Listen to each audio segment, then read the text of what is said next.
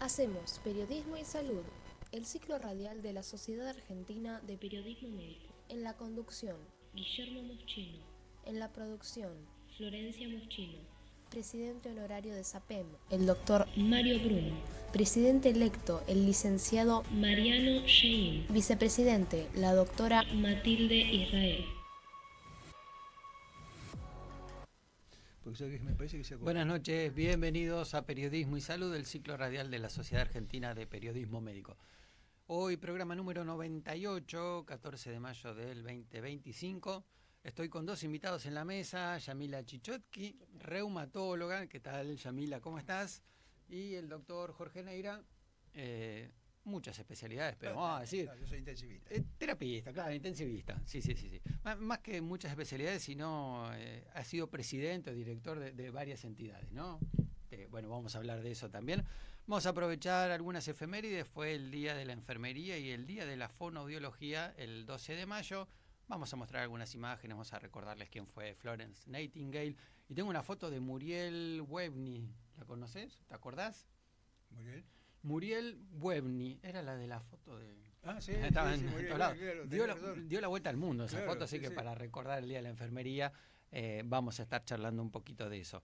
Pero antes vamos a agradecerle a la operadora y a la productora la foto, ahí está, de ellas. Muchas gracias, porque ellas hacen que el programa pueda salir al aire y que podamos mostrar las imágenes que se me ocurren, me hacen los contactos con quienes están en el exterior, en el interior o lejos. Y bueno, muchas gracias a ellas dos. Hoy le saqué una foto con el premio que ganamos el otro día porque son parte de este premio. Así que para el próximo programa seguramente van a mostrar la foto y si no se las pido en un ratito, si ya las tienen cargadas me avisan y la mostramos que las quiero hacer parte, quiero que la gente sepa que son parte.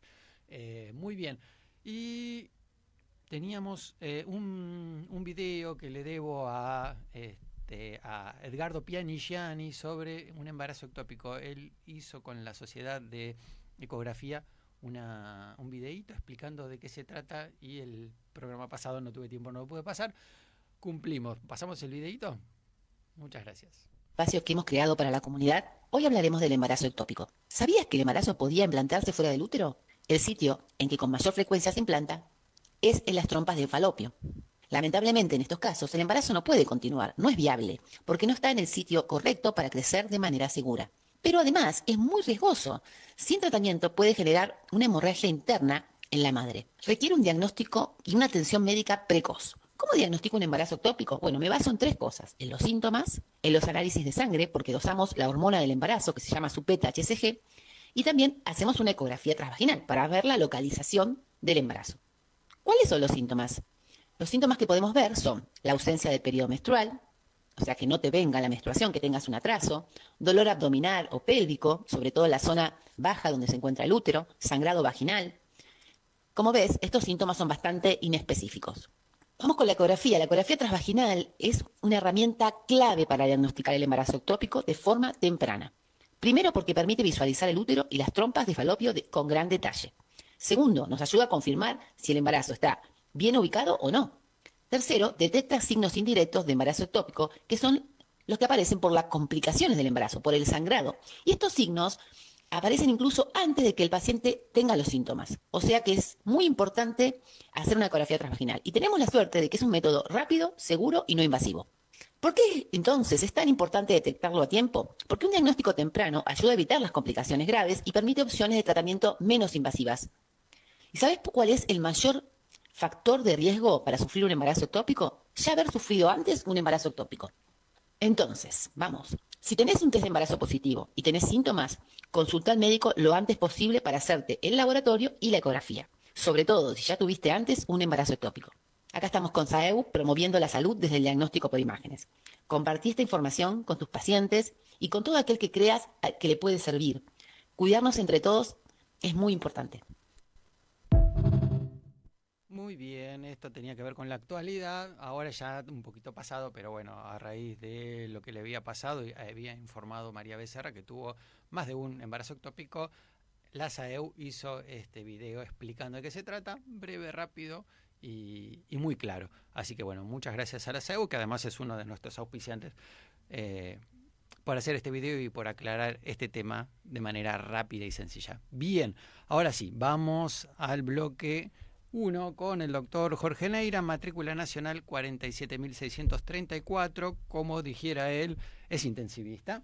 Fue director del SAME, presidente de la SATI, la Sociedad Argentina de Terapia Intensiva, presidente de la Sociedad Panamericana de Trauma, presidente de la Sociedad Argentina de Medicina y Cirugía del Trauma también, y actualmente presidente de la Fundación Trauma, miembro de la Academia Nacional de Medicina, muchos premios, entre ellos el CONEX, médico del año, maestro de medicina. Bueno, ¿qué más puedo decir sobre Jorge Neira?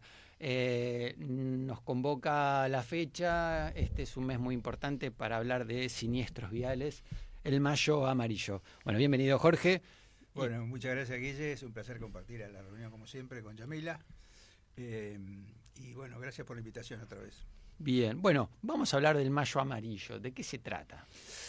Bueno, el Mayo Amarillo es una iniciativa que tiene que ver con la seguridad vial, digamos que empezó, en Brasil con cirujanos de trauma, sobre todo Guillermo Fraga, y después se fue extendiendo a toda Latinoamérica y todos los que estamos vinculados con esto, independientemente de las instituciones donde estaba, siempre aportamos alguna cosa, ¿no?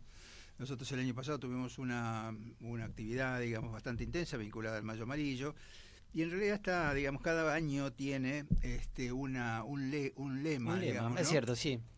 Y el tema hoy es circulación humana, responsabilidad humana, ¿no? Sí. O movilidad humana, responsabilidad humana. Ahí está, justo, mira. Claro, y me parece que esto también tiene que ver justamente con lo que significa la década de disminución de las colisiones vehiculares, la muerte por colisiones vehiculares, que está en sintonía con la Organización Mundial de la Salud y sobre todo con las metas sustentables del milenio de Naciones Unidas, ¿no?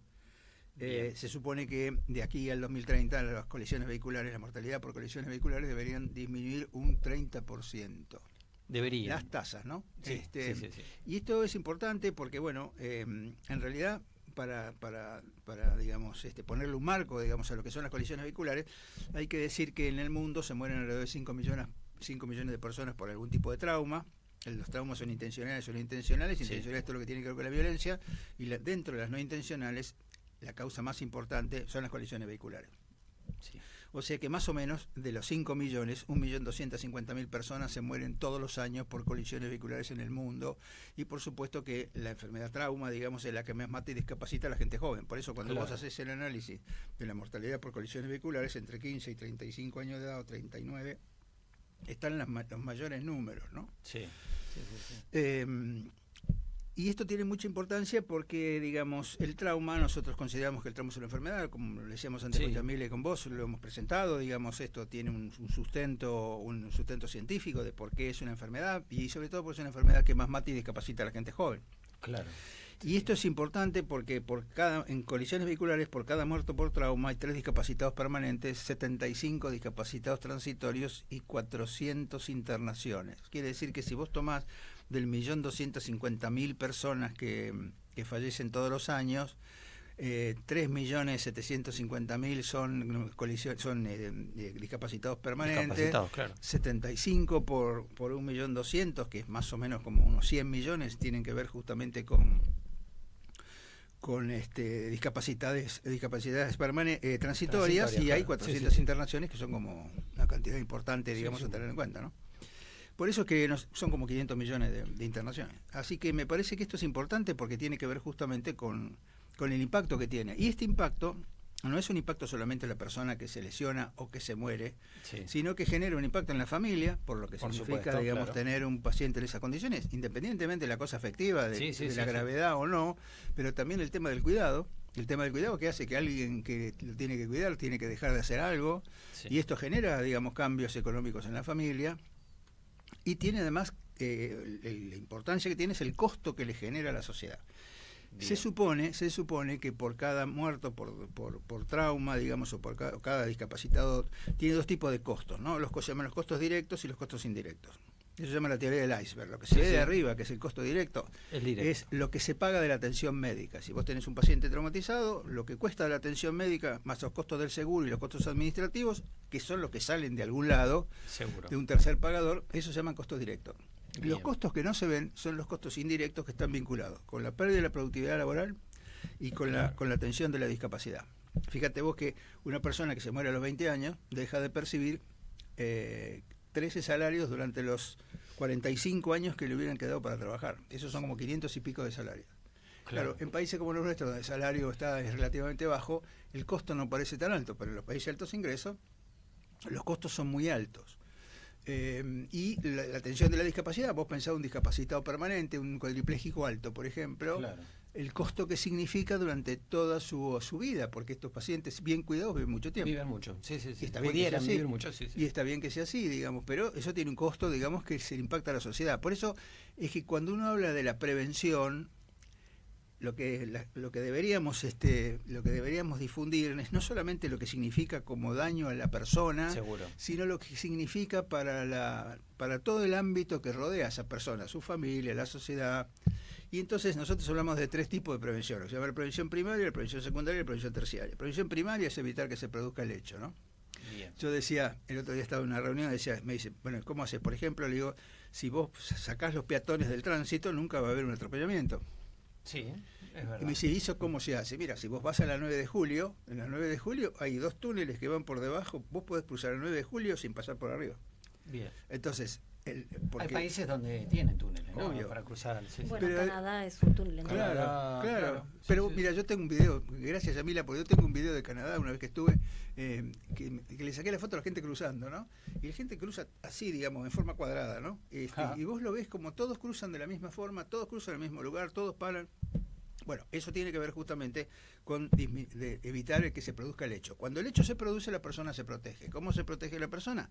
La persona se protege utilizando cinturón de seguridad, utilizando un auto que sea seguro, que tenga algunas barras especiales, que tenga airbag. El airbag sirve cuando la persona tiene cinturón. El cinturón disminuye un 70% la mortalidad y las lesiones en los chicos y un 40-50% en los adultos.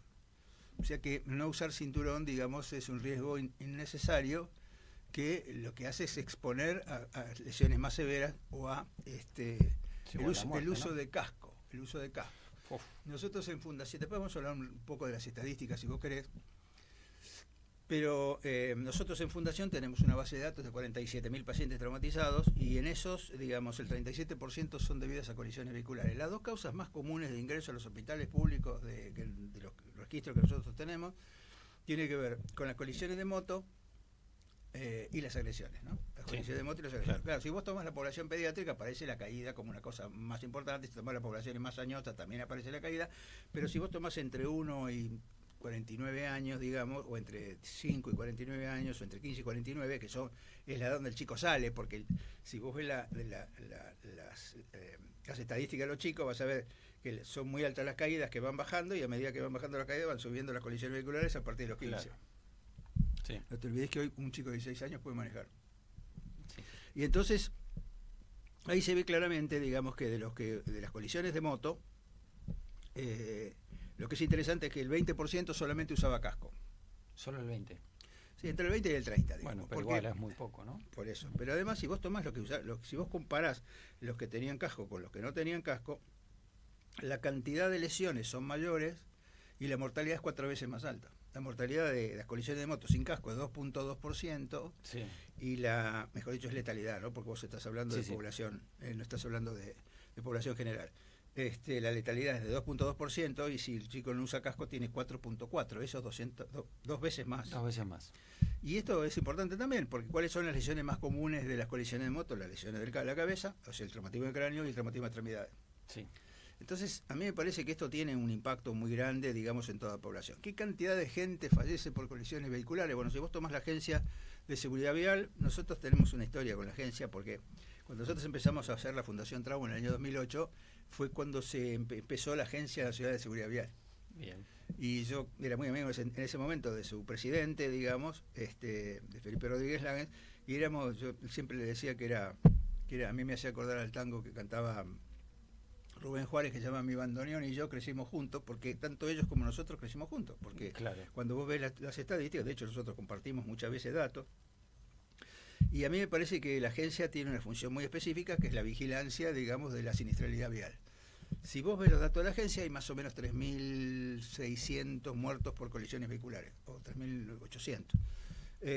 Claro, cuando empezás a desbrozar un poco hay algunos datos que no están, porque alguna jurisdicción no aportó los datos, y en otros datos que aportaron, digamos, se multiplicó por un factor de 1.3 porque se carece del dato. ¿Qué significa esto?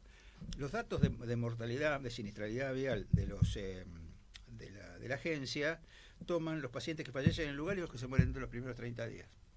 Claro. Si la persona se murió en el día 31, ya no entra a formar parte. Ya no está en la estadística. Lo cual es un problema, porque los pacientes a veces traumatizados tienen una internación más prolongada. Seguro. Sí, y por otro lado, si vos comparas las estadísticas vitales del DEIS, la Dirección de Estadística, Información y Salud del Ministerio, la cantidad de muertos totales que figuran por los certificados de función, que es otra forma, fíjate vos podés ver los datos por los certificados de función, por los datos de la agencia, por los datos del registro, que no son iguales, ¿no?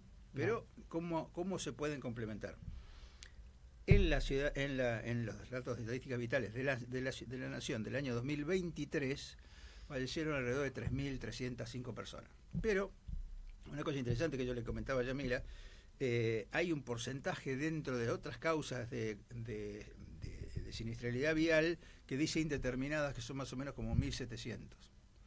Entonces uno dice, bueno, si estos 1.700 fueran todas colisiones vehiculares, los muertos por colisiones vehiculares en lugar de ser 3.300 serían 5.000. Está bien, sí. Con lo cual no es lo mismo. No es lo mismo. Y este tema tiene que ver con el tema del registro. Nosotros, por ejemplo, cuando en el registro nuestro, que es un registro que está en la web y que está en la nube, digamos, con el que se puede interactuar, cuando tenemos un dato que falta lo empezamos a buscar, y si no está, le mandamos un mensaje al lugar donde están cargando los datos que faltan determinados datos. Faltan datos. Con lo cual a mí me parece que lo que hay que lograr, que todavía no se ha logrado, es generar, digamos, una base de datos nacional que incluya, digamos, los datos de la siniestralidad vial, la mortalidad en siniestralidad vial en el lugar, o la letalidad, digamos, la que tiene que ver con los certificados de función y la que surgen de los registros. Nosotros tenemos en el programa de trauma, en la Fundación, la provincia de Buenos Aires, de 3 hospitales de la ciudad, digamos, 2 que están funcionando y 1 que está por empezar, 4 en realidad, y después tenemos 3 hospitales en Tierra del Fuego y 5 hospitales en Mendoza. Con lo cual tenemos un pantallazo. Ahora estamos trabajando con Córdoba. Bien. Y la idea es seguir pintando el mapa, como decimos nosotros, hasta que tengamos datos de todo el país, ¿no? Bien. Pero lo que hay es una cierta consistencia en el dato. Cuando vos tenés 47.000 pacientes, los datos se hacen consistentes y entonces las variaciones son menores, ¿no? Claro. Y en realidad los datos son bastante parecidos, salvo los perfiles de un hospital. El hospital pediátrico tiene una característica y el hospital adulto tiene otra. Bien, bueno, y a partir de esta estadística, ¿qué hacemos? Primero, es fundamental tener estadísticas. Bueno, lo que te decía, entonces, estamos en la prevención primaria, evitar que se produzca el hecho, prevención secundaria, mientras el hecho se produce, la persona se proteja, y la prevención terciaria, que es que una vez que el paciente tiene las lesiones, se lo atienda a un sistema que lo reintegre a la sociedad, a su familia, a la sociedad y a su trabajo. Fíjate que son 3 cosas diferentes. Sí. Vos podés reinsertar en su familia a una persona con una discapacidad severa, podés reinsertar a una persona con una discapacidad transitoria, digamos, una discapacidad moderada, digamos, a la sociedad, pero para reinsertar al trabajo debería estar en la misma condición que estaba antes. Claro. O sea que es un trabajo, digamos, muy importante que tiene que ver con desde la atención prehospitalaria. Fíjate una cosa interesante de los pacientes traumatizados, que el 90% se mueren en la etapa prehospitalaria o antes de llegar al hospital. O digo, las primeras horas cuando llegan al hospital. ¿Qué significa eso? Que si vos tomás 10 pacientes, más o menos el 60% se muere en la etapa prehospitalaria, con lo cual de los 10 te quedan 4. De esos 4, el 60% se mueren en las primeras horas. Quiere decir que de los 4 te quedan 2.4 menos, te queda 1.6. Quiere decir que un paciente y medio de los 10 que tuvieron se murió. ¿De qué se mueren los pacientes? De hemorragia.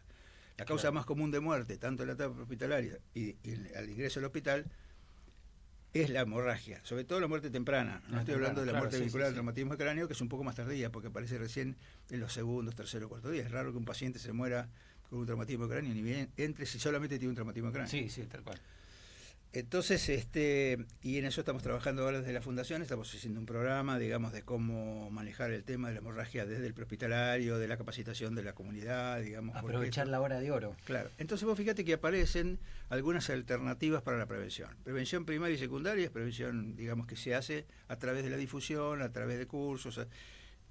Es muy difícil cambiar la actitud de la gente, ¿no? Porque vos le decís, mirá, pero de cualquier manera esto tiene que ver con, como dice ahí, una concientización, ¿no? Sí.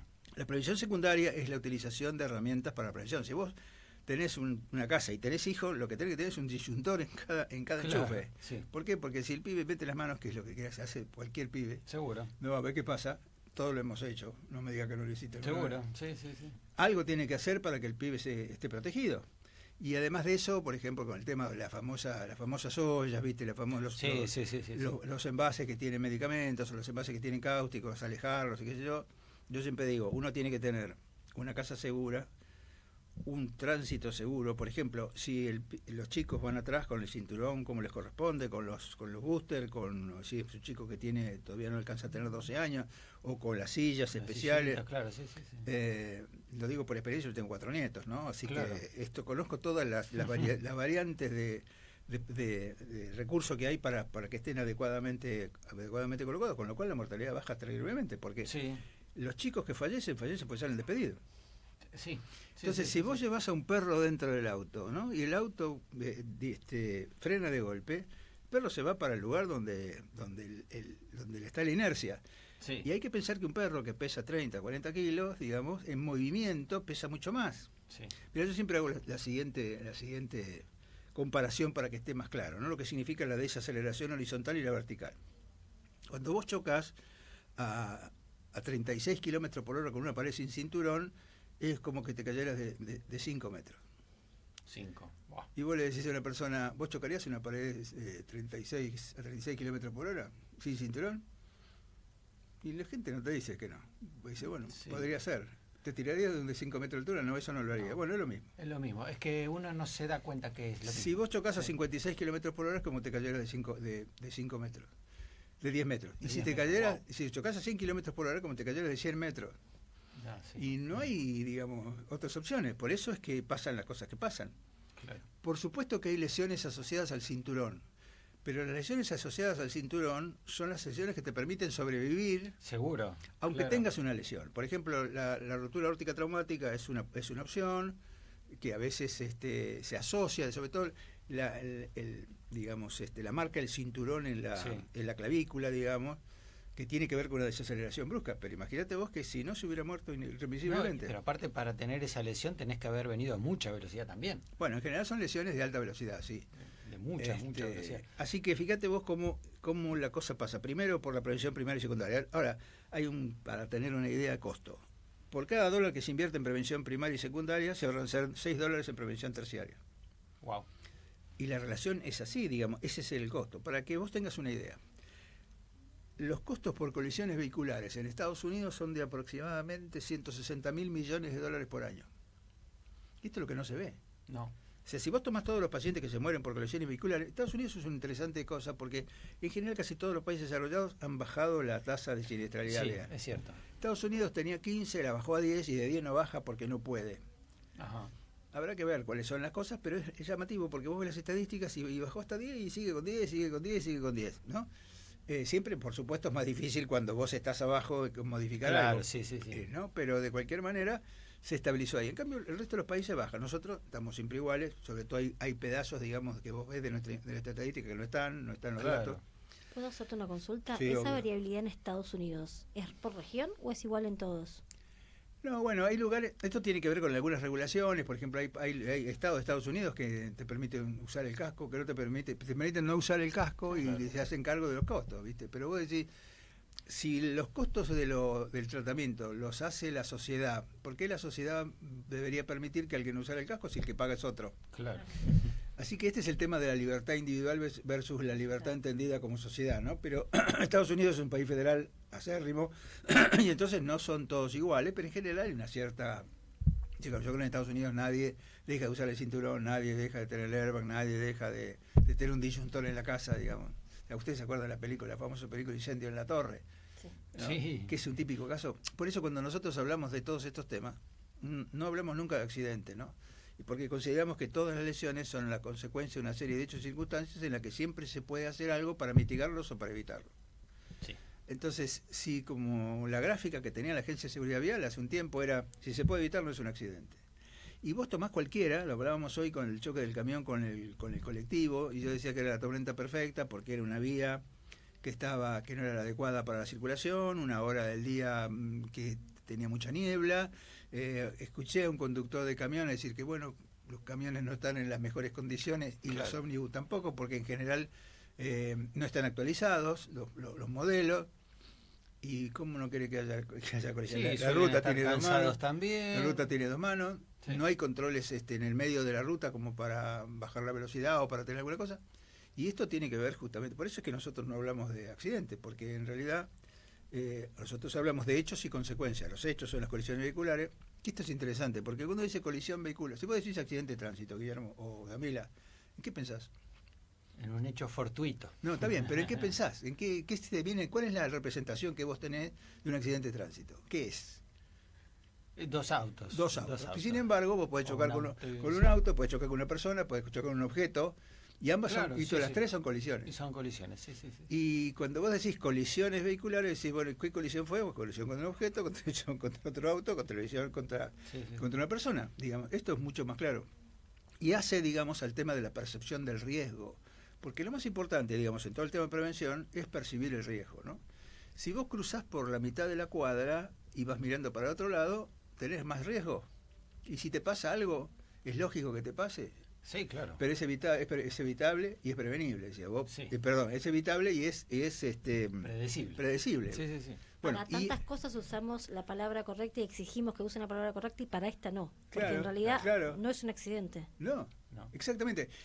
En realidad, la única palabra que me parece de accidente es lo que decía Aristóteles, ¿no? Aristóteles decía que era la sustancia y el accidente. La sustancia era lo que era y el accidente lo que lo rodeaba. Por ejemplo, decía Sócrates es Sócrates como sustancia, pero es pelado, es gordo y está casado con Jantipa. Ajá. Y entonces decía, el accidente de Sócrates en realidad es Jantipa. Bueno, Jantipa era bastante brava, ¿no? Jantipa era bastante brava. Sí, Jantipa era bastante brava. Hoy se estaba leyendo un artículo que decía que parece que el hijo de Jantipa se fue a quejar ahí en el foro, digamos, en el Ágora, de que la madre tenía muy mal carácter y él le decía que tenía que respetar a las personas mayores. Porque hay toda una historia de hecho, el dios de los viejos se llamaba Geras, ¿no? De ahí viene la geriatría y la gerontología.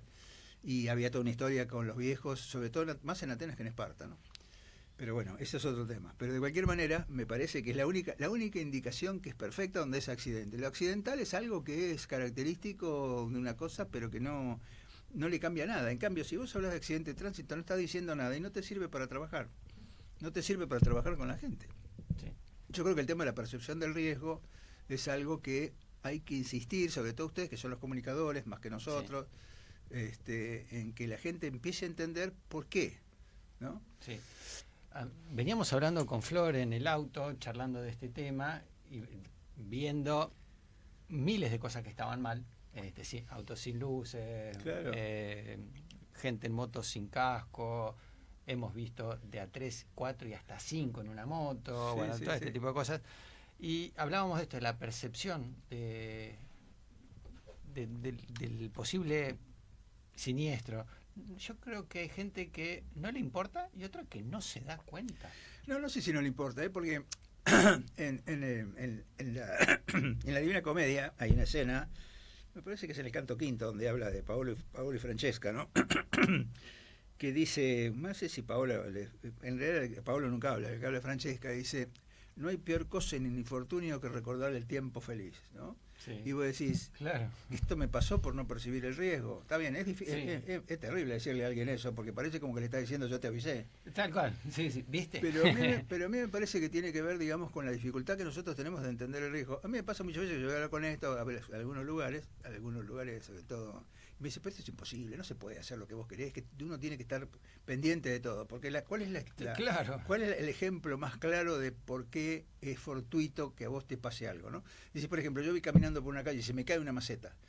Y hay un tema que es muy importante, que es cómo tiene que ser la prevención, ¿no? Y yo siempre digo que nosotros tuvimos una enfermedad endémica que fue la viruela. Sí. Y la viruela desapareció del planeta en 1980. ¿Y por qué desapareció la viruela del planeta? Porque se inmunizaron Porque se inmunizó ¿quién? la población entera. Entera. ¿Cuánto Sí. tiempo? Ay, no sé cuánto tardó. Todo el tiempo necesario Pero, hasta que desapareció. Claro, sí. Entonces hay dos cosas que tienen que ver con Sí. todo el mundo todo el tiempo, y es que solamente esto resulta cuando todo el mundo todo el tiempo hace lo que tiene que hacer. O sea, todo el mundo Sí, todo sí, el sí, tiempo usa el lógico. cinturón, todo el mundo todo el tiempo tiene disyuntores, todo el mundo todo el tiempo Sí. Percibe el riesgo, todo el mundo todo el tiempo pone las cosas con todo el mundo todo el tiempo cumple con la ley del tránsito. O sea que, en realidad, por eso cuando se habla de la multifactorialidad, es lo hace difícil, porque, ¿no? Me dice, vos sos un paranoico. Por ejemplo, tener un arma en la casa, aumenta 5 veces la posibilidad de un homicidio no intencional. Sí. No, perdón, 3 veces la posibilidad de un homicidio no intencional y 5 veces la posibilidad de un suicidio. Simplemente por tener un arma en tu casa. Porque Claro. si vos estás con algún problema y tenés el arma en tu casa, siempre te podés confundir, podés pensar que entra una persona, le pegás un tiro, resulta que esa persona no era lo que vos pensabas. Entonces, ¿qué hay que decirle a la gente? Que no compre armas. Esto de que la gente se arma, cosa que a mí me preocupa, cuando la gente se arma, viste que hay comunidades que se arman, y algún día alguna persona que no tiene nada que ver va a pagar las consecuencias de que la gente esté armada. Sí. No es un tema menor, no es un tema que vos decís, bueno, sí, que se la compre si se siente más seguro. Bueno, ¿y cómo hacemos entonces? Bueno, o sea, hay que percibir el riesgo. Hay que Sí, lograr a que mí la me gente parece, perciba nosotros esto. por ejemplo lo que insistimos mucho en los hospitales es que conozcan, digamos, el riesgo del área programática, digamos, el riesgo de lo que reciben, ¿no? Entonces vos ves, por ejemplo, ¿cuál es la internación más común? Son las colisiones de moto. Pues yo digo, si vos tenés un hospital que el 50% de lo que recibe son colisiones de moto y son agresiones, ¿en qué tenés que trabajar? En la colisión de moto y en las agresiones. Hay un tema interesante que es que los peatones porcentualmente son menos, porque son alrededor del 8-10%, pero tienen una mortalidad más alta. Claro. Porque, ¿cuál es el problema del peatón? El auto pega con la carrocería y el peatón pega con la humanidad. Sí, Por eso siempre los peatones, cuanto más chicos son, más riesgo tienen. tal cual. Y este es el tema de los chicos, ¿no? Sí. Y entonces, ahí me parece que es importante trabajar, digamos, en las colisiones de moto, en el tema de usar casco, ¿viste? Todas estas cosas indirectas que hacen que si no tenés el casco no te vendan la nafta, si no tenés el casco no puedas circular. Bueno, para eso se necesitan controles. Ahora, si vos ves dónde están los controles, como vos, con toda esa circulación que vos hiciste con Florencia, ¿cuántos controles viste? Ninguno. Y además, ¿en qué lugares? No, seguramente, porque depende de dónde circulás. No, sí, vi uno. Una vía. Sí. Bueno, por eso, pero imagínate vos que la ciudad tiene Frente 200... de la radio hay uno, pero...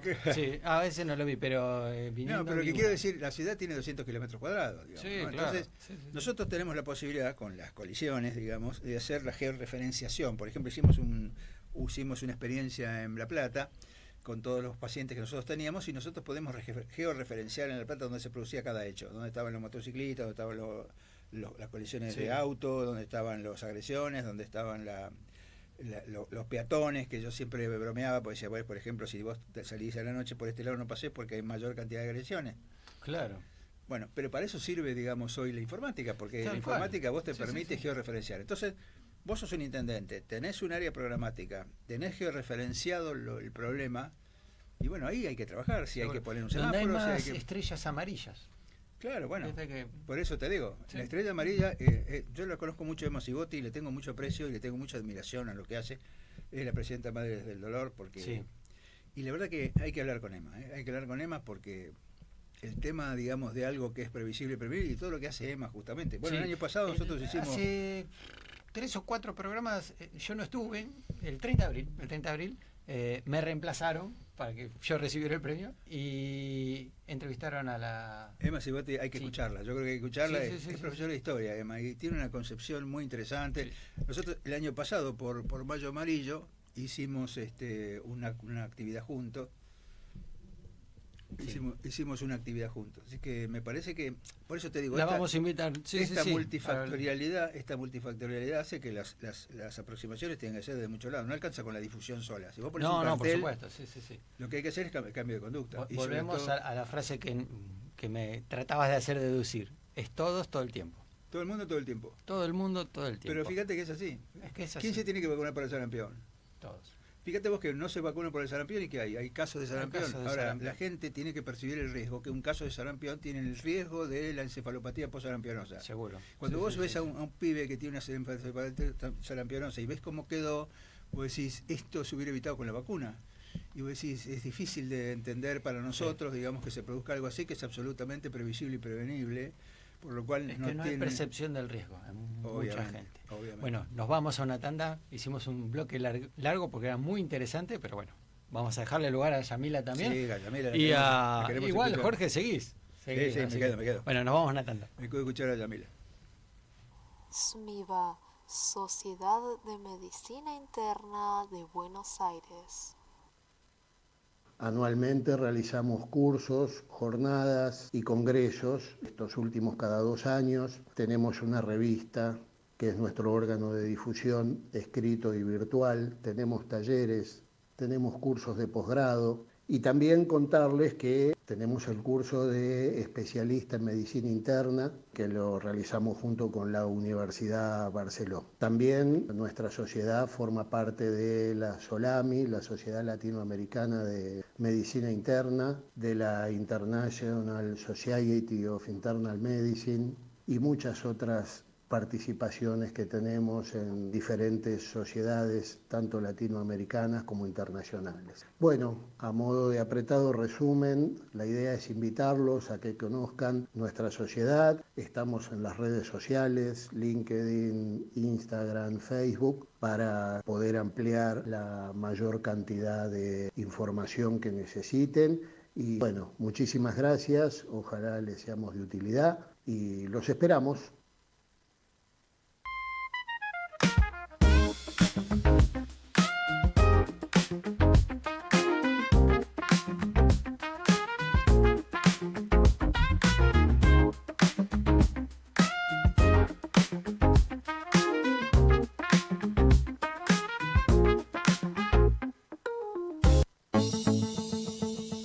Odontología Bruno Salud. Odontología Bruno Salud. Una mirada diferente de la profesión. Centro privado integral del niño y del adulto. Todas las especialidades dentales, más estomatología y homeopatía. Hacia una odontología mínimamente invasiva. Turnos inmediatos. Atención personalizada. www.brunosalud.com.ar. Cuenca 2423, Villa del Parque, Ciudad Autónoma de Buenos Aires. Turnos, WhatsApp 11 60 35 9448. centrolaprida@gmail.com. Instagram @carlosmariabruno. Dr. Carlos María Bruno, odontólogo y periodista especializado en salud. Sport Club Congreso, en pleno centro de la ciudad de Buenos Aires. Actividades para toda la familia. Natación, musculación y clases de fitness. Entrenamiento funcional, yoga, escuelas deportivas para niños. Un equipo de profesores especializados para asesorarte en tu entrenamiento. Bartolomé Mitre, entre Rodríguez Peña y Montevideo. WhatsApp 11 34 21 72 17. Dirección Bartolomé Mitre 1625. Instagram @sportclub.congreso. Continuamos en Periodismo y Salud, segundo bloque, y vamos a estar hablando del lupus porque el 10 de mayo fue el Día Internacional del Lupus. Esto se celebra, o se conmemora desde el 2004 y siempre para tomar conciencia de qué se trata. Vamos a estar hablando con Yamila Chichotki, matrícula nacional 102.527, médica reumatóloga. Esto no viene al caso, pero lo digo, es sexóloga. No sé, alguna vez me dijo que podemos relacionar, ¿no?, la sexología con la reumatología. Investigadora clínica y especializada en atención integral de las enfermedades autoinmunes. Bueno, bienvenida Yamila. Muchas gracias. Vamos a hablar de lupus. Yo sé que Jorge sabe algo de latín, me decía Yamila que algo también. Bueno, lupus, del latín lobo, decían que las heridas, esto estamos hablando de la Edad Media, parecían a mordidas de lobo. Bueno, ¿qué es el lupus primero? Y después, ¿se parece a una mordida de lobo? Yo intenté verlo y no lo logré nunca. No. Probablemente tiene que ver porque no llegamos a ese tipo, A ese de, tipo de lesiones, lesiones, porque claro, las tratamos sí. antes, porque desde la década de 50 existen los corticoides y entonces Claro. cambió mucho la visión de los pacientes con enfermedades autoinmunes. Bueno, como vos decías, es una enfermedad autoinmune, es muy común en las mujeres. De cada 10 pacientes 9 son mujeres, por lo tanto solemos hablar de ellas y no de pacientes, pero cuando le toca a los hombres es bastante agresiva, y es una enfermedad en la cual por alguna razón y relacionada a factores genéticos los pacientes empiezan a atacarse a sí mismos y desencadenan una catarata autoinmune y va generando lesiones en diferentes órganos. Uno de ellos es la piel, por el cual se le da el nombre lupus por las lesiones en los malares, que parecían como si tuviesen una facies de lobo más que una mordida, una facie de lobo. Sí. Tenían lesión en la nariz y en los malares y que parecía como rojiza y como la de un lobo. Voy a pedir unas fotos porque yo elegí algunas. Bueno, el Día Mundial del Lupus, ahí 10 de mayo. Esto es de una sociedad española, se la tomamos prestada. A ver, hay otras. Este es de Clínica Esto es Mayo. lo que les estaba contando, esas son las típicas lesiones en la región malar y en la nariz, son muy características, pueden ser de diferente forma, color y que dejen o no cicatriz. Claro. Y bueno, y se ven comúnmente en los lupus al inicio, sobre Mira, todo. hablando de cicatriz, ¿lo conocen? El cantante Sil. Sil. Mira, que yo nunca supe porque las tenía y hoy vi que tenía. Pero él tiene lupus cutáneo. Él tiene el lupus discoide cutáneo. crónico, ¿no? Él tiene un discoide Claro. crónico, Sí, por eso sí, te sí. decía, el que me mostraste antes no es un discoide, sino No que es es un discoide. un agudo o un subagudo, y ese no deja cicatriz, este deja cicatriz. Este es el que deja cicatriz. Bueno. Y él no tiene un lupus sistémico, y tal vez la otra chica sí. Claro. Porque por lo general el lupus discoide no necesariamente es sistémico, mientras que el agudo y el subagudo habitualmente se hacen sistémicos. Y yo no sé si no se puede decir que lo mordió un perro, tal vez, un lobo, pero Y, ¿sí? no, y no tiene cicatrices en el cuero cabelludo, que en el lupus discoide es bastante común. Es común, mira vos. Bueno, y vamos a pasar una más de paso ya que tenemos la foto y después seguimos hablando del tema. También la conocen. Selena Gómez. Selena Gómez. Hace muy poquitito subí un reel Sí. en TikTok bajo mi nombre y en Instagram, Sí. contando qué es el lupus, justamente en A relación raíz- al día Siempre hay que del usar un lupus. disparador, ¿no? Y Exacto. si es un famoso es mucho más fácil que Y llegue. entonces me han visto más de 10.000 personas el reel en función Wow. de que hablé de Selena Gómez. Claro, sí, son estrategias de Selena comunicación. tuvo tiene, no se Tiene. ha curado porque no se cura, un lupus sistémico con compromiso renal severo que, a pesar del tratamiento y del acceso a tratamientos muy específicos, no se pudo frenar y tuvo que terminar un trasplante renal que se lo donó una amiga. Sí. De hecho, en el video muestra una imagen de la amiga y ella Está la amiga. acostadas. Yo, como ella es conocida. Sí, igual y es público, lo subió ella en sus redes. Esto está en las redes. Pero decidí dejarla solo a ella y no a la amiga porque no sabía el vínculo. Me imaginaba que era algo así, pero no lo sabía. Así que bueno.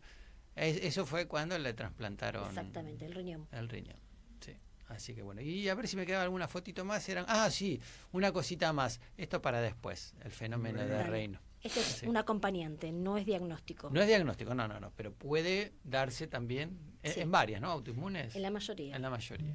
Así que bueno. Bueno, vamos al inicio de nuevo. Entonces, es una enfermedad crónica, es autoinmune. ¿Y qué órganos afecta? Bueno, primordialmente la piel. Sí. Dentro de la piel claramente es lo menos grave, porque podrá dejar cicatrices que para la persona son importantes, pero es lo menos grave porque Claro. no deja un daño orgánico. Y cuando este lupus sistémico empieza a comprometer órganos, como en el caso de Selena Gómez, que compromete el riñón, puede terminar un daño permanente, Claro. requerir diálisis y o trasplante, puede comprometer lo que se llaman lacerosas, que son como unas telitas que recubren diferentes órganos, como pulmón, como el abdomen, Claro, como sí, el sí. sistema nervioso central, y generar inflamación de este tipo de membranas y producir serositis o producir meningitis, diferentes tipos de lesiones, Claro, tanto sí, a sí, nivel sí. central. A nivel central puede producir lesiones a nivel neuronal, puede producir lesiones a nivel periférico por lesiones vasculares y producir claro. neuropatías, puede dañar intestino, puede dañar hígado, puede dañar en realidad Muchos, toda la economía, todos los órganos. Bien. órganos y Articulaciones, sí. y articulaciones, que me olvidé, por supuesto, que es lo más Ah. común, los músculos, digamos que lo más común, por suerte, es lo menos grave, porque las Claro. articulaciones, si bien las daña y produce deformidades, esas deformidades no son Si por no le van a erosiones, no hay comprometer- daño óseo, sino que son más Claro. bien como funcionales, pero son retraíbles, Ah. mientras que las deformaciones por otras enfermedades autoinmunes como la artritis ya no vuelven atrás. Claro. Estas se pueden llegar a manejar, pero no generan una mortalidad, generan Claro. una morbilidad. La mortalidad por lo general la trae el uso de ciertos fármacos y sus Claro. complicaciones, como el corticoide, como decíamos Ujú. recién, y por supuesto la enfermedad en sí misma y el daño de órgano blanco. Por lo cual, en realidad es muy importante que esta enfermedad sea atendida por quien sabe atenderla para Tal cual. reducir el uso de drogas tóxicas por el menor tiempo posible, las menores dosis posibles, para evitar después las complicaciones. Yo quería solo hablar algo de lo que vos decías antes, que los accidentes de tránsito son la primera causa de discapacidad en jóvenes y la segunda son las enfermedades autoinmunes. Mira vos. Sí, claro. Entonces en algo nos conectamos, y tanto como lo que decías vos como lo que decíamos nosotros, la prevención primaria es más difícil en las enfermedades autoinmunes, porque en realidad Podríamos empezar a hacer mapeo genético a todo el mundo, pero es muy difícil. Claro. Podemos empezar a evaluar a aquellos que son familiares que sabemos que tienen mayor riesgo de desarrollar una enfermedad autoinmune. Las enfermedades como el lupus tienen mucha carga familiar, no necesariamente todo el que tenga un papá con lupus va a tener lupus, pero tiene una carga mayor. Entonces, en esa población podríamos trabajar y por sobre todo tendríamos que trabajar en conductas, cuando hablamos de prevención primaria, conductas saludables como no fumar, que es un gran desencadenante de enfermedades autoinmunes, hacer deporte, no tener obesidad, no tener dislipemia, etcétera. Pero se puede mejorar, digamos, la progresión de la enfermedad cuanto más precoz se la diagnostique. Bueno, mira, hasta hace muy poco sabíamos mucho de la artritis y hablábamos de la ventana de oportunidad, así como la hora de oro. Sí. Nosotros hablamos del año de la ventana de oportunidad de artritis reumatoidea y hoy cada día hablamos más de esta misma ventana de oportunidades en todas las enfermedades autoinmunes. Bien. Y de lo que hablamos es que, así como el iceberg es cuando la enfermedad sale a la vista, cuando tenemos la lesión en piel, cuando tenemos la artritis, por detrás hubo toda una cadena inflamatoria que tal vez fueron 10 años de procesos inflamatorios que no hicimos nada, y ahí estamos trabajando, en evaluar qué pasa antes para ver si podemos prevenir algo. Todavía no encontramos nada, pero estamos en ese camino. Probablemente cuando lo encontremos yo no pueda trabajar más de reumatóloga porque lo van a cuidar antes. Pero alguien, tus sucesores serán. Bien, bueno, pero por lo menos se está trabajando en algo. ¿Hay perspectivas de encontrar algún fármaco nuevo o algo? Bueno, mira, el lupus es como que les agarró una crisis de trabajo a los laboratorios y hoy en día es casi que te diría la patología autoinmune de la que dentro de las reumatológicas, después están las intestinales que también se está investigando un montón.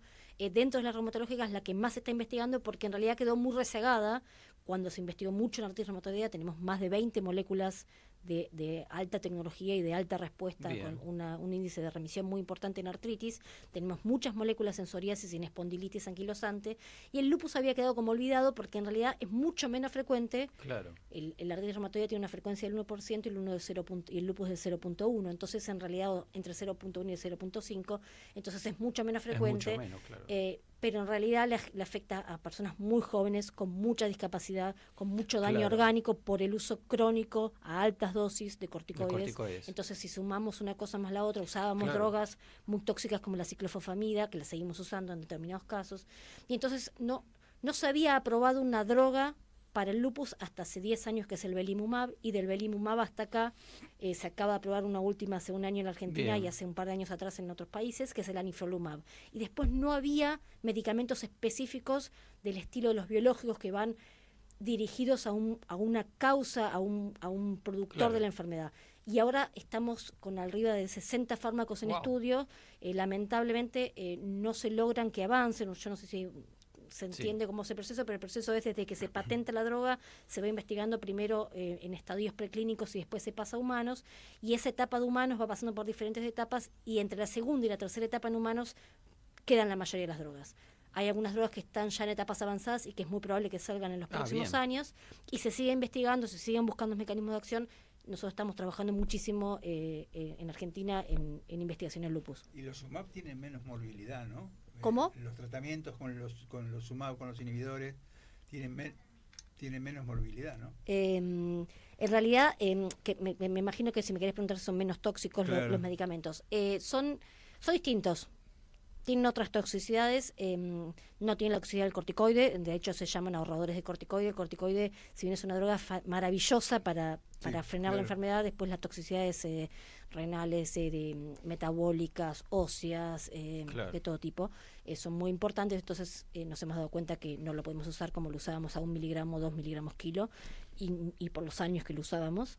Y todos los tipos de biológicos y hoy hay otro tipo de moléculas que son moléculas sintéticas que se usan en estas enfermedades, tienen otras cuestiones de riesgo que tienen que ver sobre todo con las infecciones, pero ya de por sí el corticoide también tiene muchísima infección, sobre todo relacionado con la tuberculosis en nuestro país, y todas estas drogas aumentan esos riesgos de infecciones, pero lo que tiene de bueno es que hemos aprendido mucho desde la artritis para acá, y entonces sabemos cómo prevenirlas, cómo buscarlas antes de que esa infección se produzca, o cómo tratarlas una vez que estén.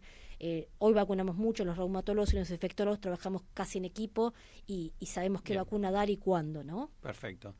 Bueno, Vamos a seguir con un orden. Entonces, ya dijiste que da eritema facial en forma de mariposa. O en cualquier parte del cuerpo. O en Particularmente, no te lo conté, pero te lo digo ahora ya que estamos, Dale. una de esas cosas es la fotosensibilidad. La Bien. exposición solar es muy importante dentro de la prevención secundaria. Una vez que el lupus está, el sol genera recaídas. Entonces Bien. son pacientes que deben usar toda su vida protector ¿Evolucionan solar. por brotes? Sí, Puede ser, claro, habitualmente claro. hay gente que la tiene continua, pero lo Sí. más común es por brotes, y esos brotes pueden ir variando Claro. el órgano que afectan o pueden afectar siempre el mismo órgano. Bien. Puede ser siempre articular y cutáneo, y por suerte sería ese caso, Ujú. pero muchas veces, sobre todo cuando son mujeres más jóvenes, de raza hispana o de raza negra, suelen tener mayor compromiso renal y Claro. mayor severidad en su enfermedad. A menor edad de inicio, esto es una enfermedad que puede aparecer en la infancia, Uh. a menor edad de inicio, peor pronóstico. Peor pronóstico, claro. Digo, y hay desencadenantes como esto del. Uno de la los desencadenantes exposición. más importantes es la exposición solar, por eso se habla todo el tiempo del protector completo en cualquier área expuesta. Se les pide a las pacientes que intenten estar vestidas en el verano lo máximo Sí. posible, con gorra, porque el sol en la cabeza produce alopecia, lesiones y desencadenamiento de la enfermedad sistémica. Y se les tiene que dar para siempre vitamina D para reemplazar la falta de generación La de falta, vitamina claro, D sí, por sí, no tener por no exposición solar. exponerse al sol. Bien. ¿Otros desencadenantes? Bueno, No se tan- habla de sobre... sí. No hay ninguno tan evidente como Como el este. sol, Hay, sí. hay desencadenantes de lupus like, de enfermedades parecidas al lupus que no son Sí. lupus, que Ujú. no tienen todo este compromiso sistémico, sobre todo tienen cutáneo, pero del lupus sistémico en realidad tiene que haber un factor genético previo, antecedentes familiares, la exposición solar y tal vez el sobrepeso, una vida sedentaria, una dieta rica en Llevar un estilo de vida saludable es bueno también todo. para las reumatológicas, pero también para el factor Exacto. de riesgo cardiovascular y bueno, para un montón de cosas más. Bien, el diagnóstico es difícil. Sí, se sub y supra diagnostica un montón. Claro. Me parece que cuando, por ejemplo, la rosácea es muy parecida a esa foto, vos mostraste ahí, Claro. y tiene ciertas diferencias y a veces terminamos en la biopsia porque no nos queda claro. La psoriasis a veces tiene con el lupus subagudo. Sí. Pero A veces cuando puede tiene tener compromiso serositis y renal, pensamos que tiene una tuberculosis Claro, o claro. una neumonía y estamos frente a un lupus. pero y hay, cuando tiene ese compromiso renal ya lo va, ¿no? no necesariamente, ¿No? hay algunos compromisos renales relacionados con anticuerpos que no son relacionados al Claro, lupus, claro. infecciones como la Escherichia coli, etcétera. Hay diferentes otras formas de manifestaciones renales, hay vasculitis, hay otras manifestaciones que cuando uno biopsia, el que la está mirando la biopsia tiene que saber lo que está mirando para no confundirse Claro. y no tratar un lupus como no tal. Me ha pasado de encontrar muchas personas con diagnóstico de lupus por algún tipo de glomerulopatía que para mí no han sido nunca un lupus y han Claro. sido solo una glomerulopatía. Me tocó No, hace no. poquito una paciente que hasta hace poco le decían que tenía lupus y le habían cambiado el diagnóstico. Sí. Sí. Así que bueno. Y a la inversa, también te Y a puede la pasar inversa, pacientes sí, que vienen sí. con diagnóstico de artritis reumatoidea y esa es otra cosa. La artritis reumatoidea es más fácil porque viene como más fácil el diagnóstico, cumple Sí, más rápido sí, los sí, criterios. sí. El lupus va sumando criterios a lo largo de la vida, entonces tal vez tardaste 5 o 6 años en En encontrar esos lograr el criterios. diagnóstico, claro. Y si el médico no lo pensó porque no cumple los criterios que no son de diagnóstico, sino que son de clasificación, Sí. muchas veces subtratamos un paciente y tenía un lupus y tal Y vez ahí, hubiésemos claro. podido usar alguna otra droga que no usamos en la artritis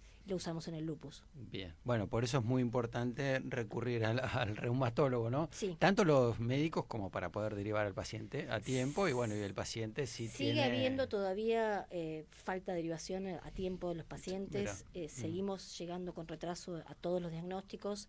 El paciente con lesiones cutáneas va al dermatólogo, el paciente con dolor articular va al traumatólogo Claro. y con suerte va al clínico. Y para cuando llega a nosotros se perdió mucho Se tiempo. perdió mucho tiempo. Bien. Bueno, diagnóstico. Dijimos algo del tratamiento. No se cura. No se cura, No se se cura, trata. eso. Mira, cuando yo me recibí de médica hace 20 y largo de años, ya no me acuerdo, en el 2025. En el 25. 2000 se morían un montón. Bien. Se morían. Bien, o sea que va bien, no, pero digo, no, digo, mejoramos. Pasamos de esa mortalidad a una mortalidad a los 10 años menor al 5%, Guau. con una carga de morbilidad mucho menor, porque aprendimos a usar los tratamientos y a saber en qué momento tenemos que ser agresivos y en qué momento estamos en un descanso y cual. podemos aflojar. aprendimos qué drogas usar en forma crónica, aprendimos cómo hacer que el paciente esté mejor, cómo mejorar su calidad de vida. Empezamos a aprender un montón de cosas en los últimos 20 años que han modificado realmente la calidad de vida de estas chicas muy jóvenes con una enfermedad crónica que van a estar toda su vida medicadas. Entonces hay que aprender cómo llevar adelante esos 40, 50, 60 años por delante con la mejor calidad de vida, ¿no? Qué bueno. Que se haya aprendido tanto y que se haya mejorado y que haya expectativas de mejorar aún más con estas drogas nuevas, ¿no? Yamila, ¿y embarazo y lupus?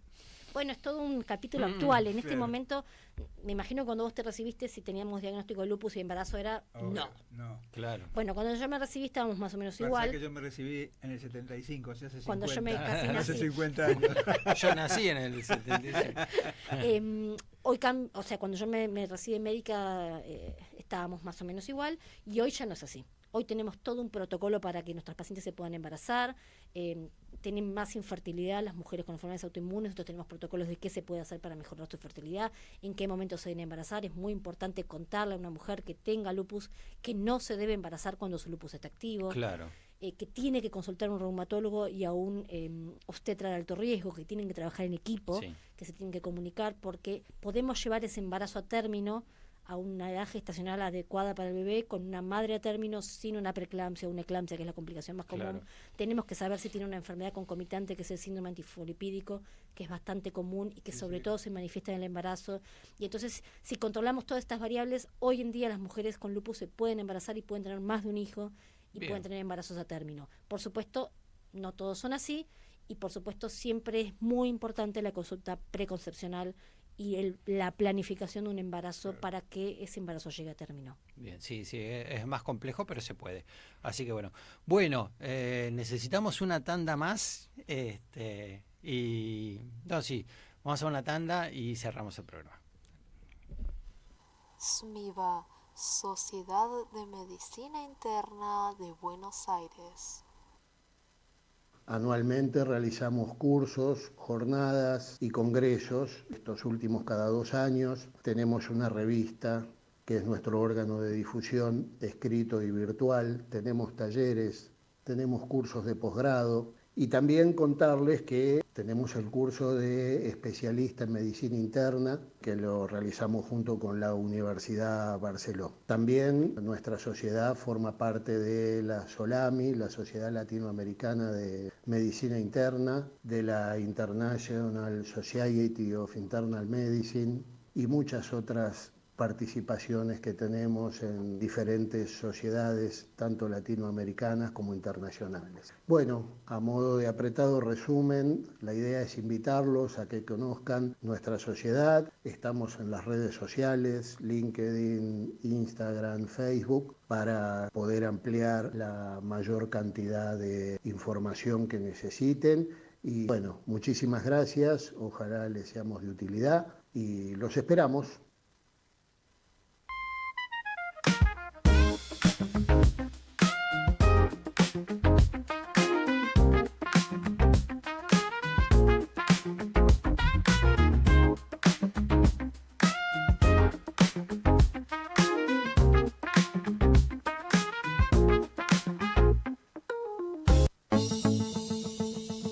Odontología Bruno Salud. Odontología Bruno Salud. Una mirada diferente de la profesión. Centro privado integral del niño y del adulto. Todas las especialidades dentales, más estomatología y homeopatía. Hacia una odontología mínimamente invasiva. Turnos inmediatos. Atención personalizada. www.brunosalud.com.ar. Cuenca 2423, Villa del Parque, Ciudad Autónoma de Buenos Aires. Turnos, WhatsApp 11 60 35 9448. centrolaprida@gmail.com. Instagram @carlosmariabruno. Dr. Carlos María Bruno, odontólogo y periodista especializado en salud.